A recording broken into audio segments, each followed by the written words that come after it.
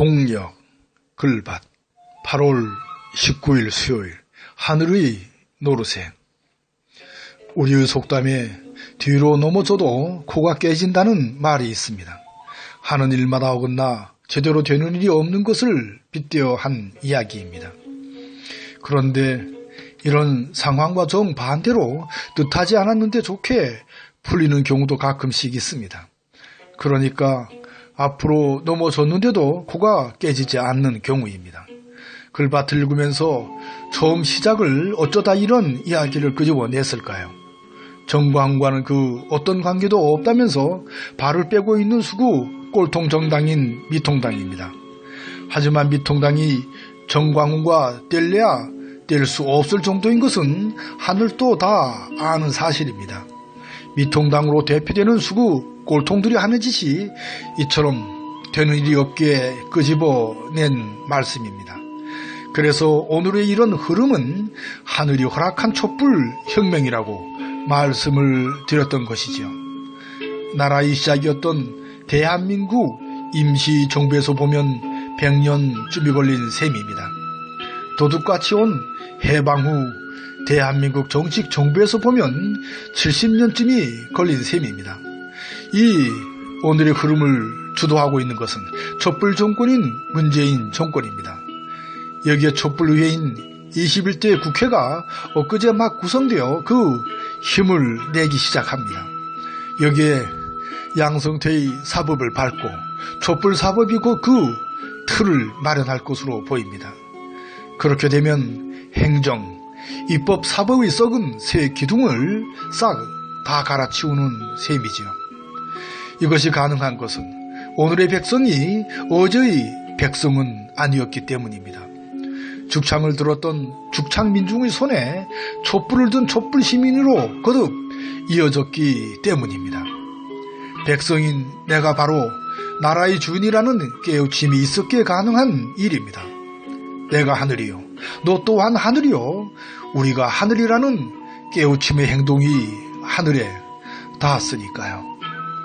하늘도 감동했기에 이것은 하늘이 허락한 일로 나아가 하늘의 노릇이라고 본 것이죠. 지금까지 검찰은 조작질을 일삼는 검찰이었습니다. 멀리 갈 곳도 없이 한명숙을 죽인 검찰을 보면 다 압니다. 노무현, 노회찬, 박원순을 죽게 만든 것이 검찰이라고 해도 그리 틀린 말은 아닐 정도입니다. 목표로 삼은 사람을 거짓으로 몰기 위하여 서슴없이 조서의 짐을 뜯어 고치는 검찰이니까요. 조사를 받는 피의자를 거짓말이나 일삼는 나쁜 놈으로 몰아가는 그 과정은 이렇습니다. 검찰은 님은 결혼을 하셨지요? 라며 묻습니다. 조사를 받는 피의자는 결혼을 하였기에 예라고 대답을 합니다. 이렇게 기록된 검찰 조서를 검찰은 안자를 넣어 안 하셨죠로 고칩니다. 문서에 한 글자를 넣어 고쳤다는 가 한자로 손글씨를 써넣어 도장을 꾹 찍습니다. 이미 예로 답을 한 피의자는 결혼을 해놓고도 안 했다는 거짓말쟁이가 됩니다. 그 어떤 저의식도 없이 이처럼 조작질을 해대는 검찰의 짓거리는 너무도 일상적입니다. 얼마 전의 조국 주기에서도 그대로 드러난 윤석열 검찰의 민낯입니다.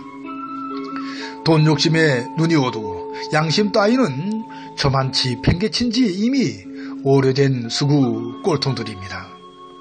그 으뜸 가는 것이 검찰이요, 기레기들이며 가끔씩 판사들도 끼어있는 우리의 슬픈 현실입니다. 하지만 수구 꼴통들이 하는 짓은 어느덧 뒤로 넘어져도 코가 깨지는 지경에 이르렀습니다. 하지만 촛불혁명을 치르는 일에는 가끔씩 힘든 고비가 있지만 그래도 술술 잘 풀립니다.